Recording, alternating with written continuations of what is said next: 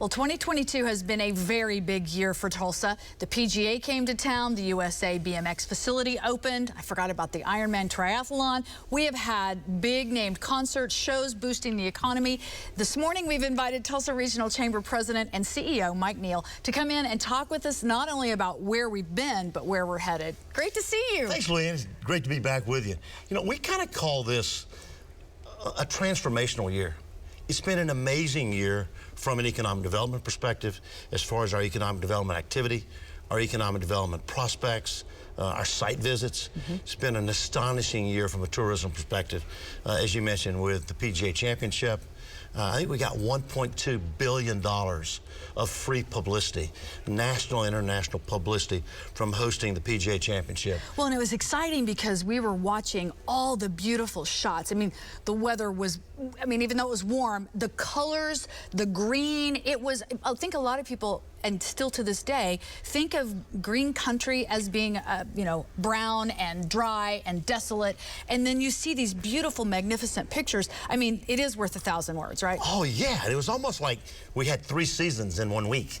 And it was just fantastic. And the crowds, the job that Nick Sidorkis and the team at Southern Hills did, that Brian Carnes and the PGA did, you couldn't have had a better public-private partnership in place. And we at the Chamber believe that everything we do is a public-private partnership. Everything we do is teamwork. And through working with so many different groups to make things happen from a tourism perspective, to make things happen from an economic development perspective. Well, and the BMX facility, their headquarters right here. And of course, we love our location because we really can get coast to coast, north to south, and smack dab in the middle of the country. Well, I mean, that facility is fantastic. Certainly Shane Fernandez and his team have been working on that for quite some time, but a beautiful facility. And we've had a 20 or 30-year relationship with USA BMX, to where they host their major event during Thanksgiving. All our hotel rooms are filled. Most people are eating turkey or going visiting family somewhere. No business occurs that week. And then the USA BMX has been bringing in people from across the globe, not just across the country, but across the globe to do their major event that week. And so that we've had a long-time relationship and partnership that has certainly just gotten stronger over the years, and I think will get stronger into the future. Let's talk a little bit. I know the pandemic hit so many businesses and workforce and all of that, but really amazingly, we fared pretty well.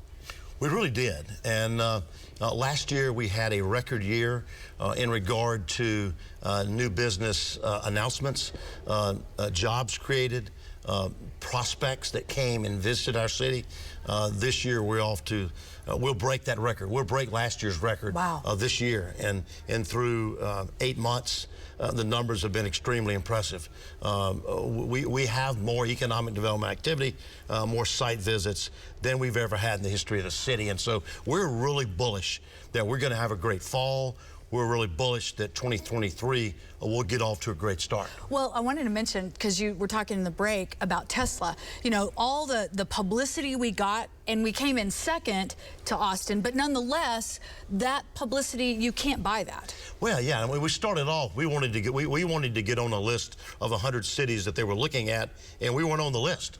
And we had to fight like the devil just to get on that list, and then to make it to number 2 on the list when Austin was number 1 before the list had even been put together. Gotcha. Because that was they'd come in second on a previous project 4 or 5 years earlier and said that's where we're going next. And so I think we still got a chance with them in the future, but there's tons of activity right now in the electric vehicle space across this country and really across the globe. And so we're really primed and ready to try to make Northeast Oklahoma an automotive corridor. That'd be nice. Moving forward. I've got about 30 seconds left, and we want to have you on quarterly to kind of give us these updates. So what do you see over the next 3 months to the first of the year? Well, I think we'll continue with strong economic development activity, strong site visits.